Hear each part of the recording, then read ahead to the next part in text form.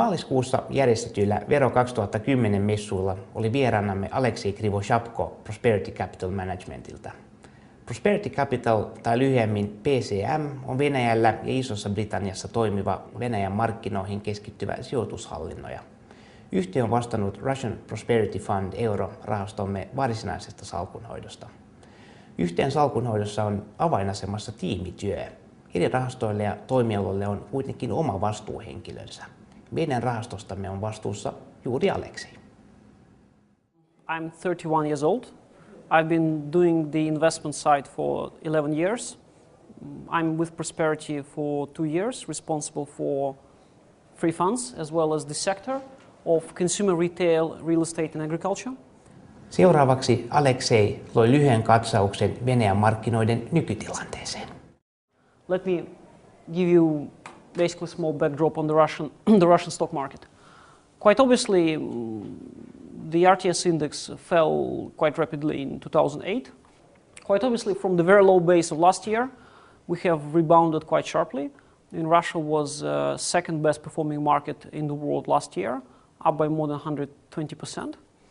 And it happened despite the fact that most of the global investors kept pretty limited exposure to Russia because of the fear that it's just an oil economy.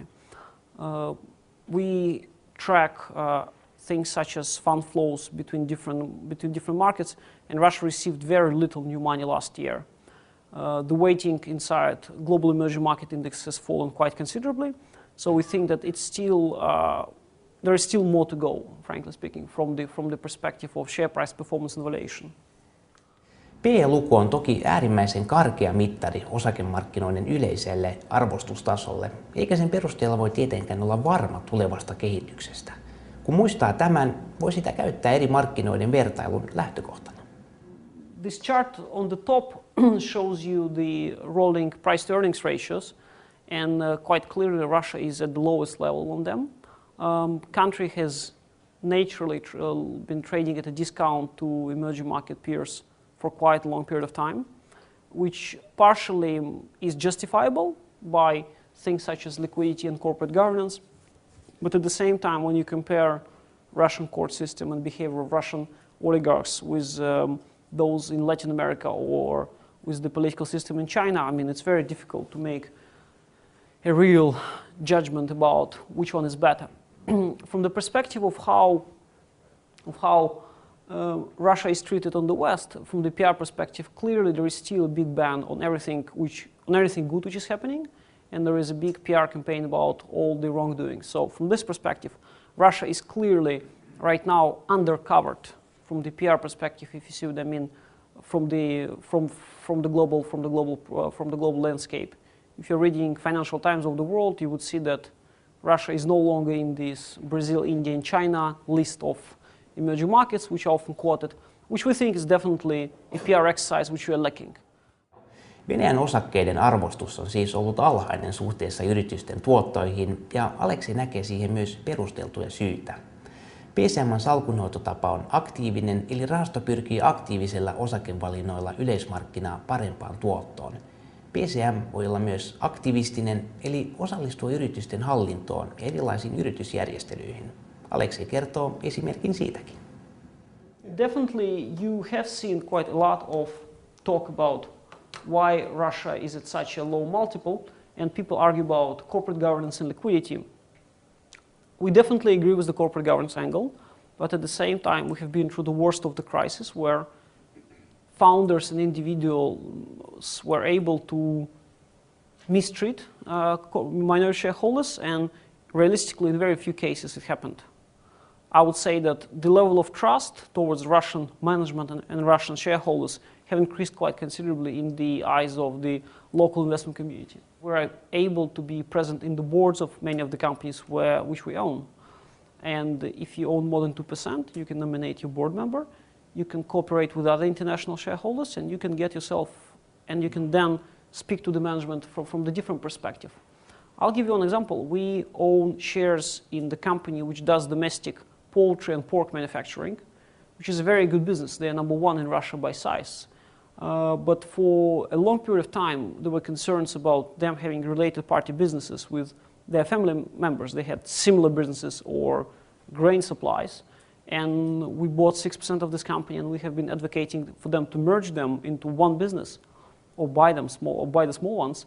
They announced a first step yesterday where they're buying this related party business from their relatives. The stock went up 5% in a day, and it will continue outperforming. That's kind of an example where we were able to advocate to them, and it resulted in almost immediate gains to the shareholders. So you can, as an active investor, advocate your concerns, and you can get something out of it. Lopuksi Aleksei loi vielä katsauksen omaan rahastoomme Russian Prosperity Fund Euroon. Those are some of the details of the Russian Prosperity Fund Euro, which is available for retail investors. Essentially, it was launched in 2000. The fund is 5 years old. Clearly, it was launched in a good moment in terms of the ability to buy a lot of good companies cheaply. But at the same time, the market has gone through different cycles. And we were able to outperform the market in most of the cases. Not just by holding to the things which we own, but also by rotating them.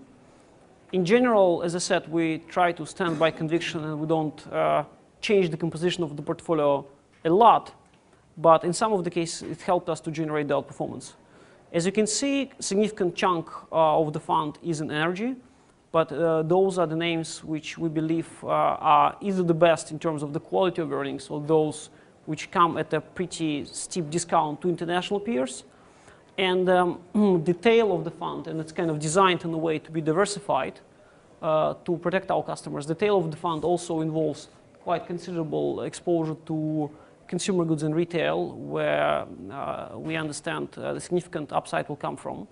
Vielä vuosi sitten Venäjän markkinat olivat aallon pohjassa, mutta silloinkin suhtauduimme tulevaisuuteen luottavaisesti. Palautetaanpa mieleen salkunhoitaja Petri Rutasen sanat tuolta ajalta. No miten sitten noin pitkäjänteiselle sijoittajalle? Onko kuitenkin siis toiveita, että tämän syksyn vaahtotyökalu jossain vaiheessa voisi vaihtua ihan vaikka kuohuviinipulloon? Kyllä mä uskallan ennustaa, että maltillinen sijoittaja voi 5 tai 10 vuoden kuluttua halutessaan ostaa vaikka ton kokoisen Magnum-pullon champagnea. Na zdrowie.